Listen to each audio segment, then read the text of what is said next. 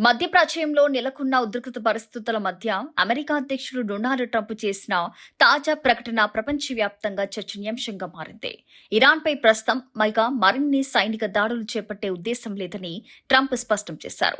యుద్ధం కంటే దౌత్యపరమైన చర్చలు, ఆర్థిక ఒత్తిడి ద్వారానే సమస్యలకు పరిష్కారం కనుగొనాలని అమెరికా భావిస్తుందని తెలిపారు. ఇటీవల ఇరాన్కు సంబంధించిన పరిణామాలతో మధ్యప్రాచ్యంలో ఉద్రిక్తతలు పెరిగాయి. దీంతో పెద్ద ఎత్తున యుద్ధం జరిగే అవకాశం ఉందన్న ఆందోళనలు వ్యక్తమయ్యాయి. అయితే తాజా ప్రకటనతో అమెరికా తాత్కాలికంగా సైనిక చర్యలకు బ్రేక్ వేసినట్లుగా సంకేతాలు ఇచ్చింది. అయినప్పటికీ అమెరికా తన జాతీయ భద్రత విషయంలో ఎలాంటి రాజీ పడబోదని ట్రంప్ హెచ్చరించారు. అవసరమైతే కఠిన నిర్ణయాలు తీసుకోవడానికి సిద్ధంగా ఉన్నామని స్పష్టం చేశారు. మరోవైపు ఇరాన్పై ఆర్థిక ఆంక్షలు మాత్రం కొనసాగుతాయని ట్రంప్ తెలిపారు.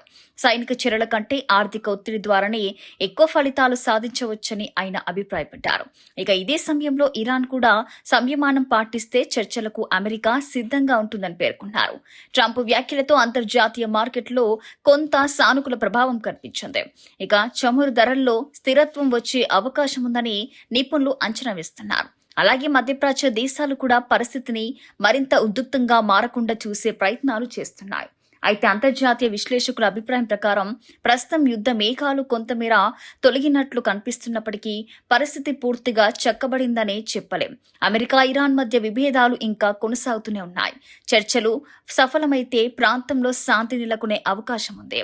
లేకపోతే మళ్లీ ఉద్రిక్తతలు పెరిగే ప్రమాదం కూడా ఉందని హెచ్చరిస్తున్నారు.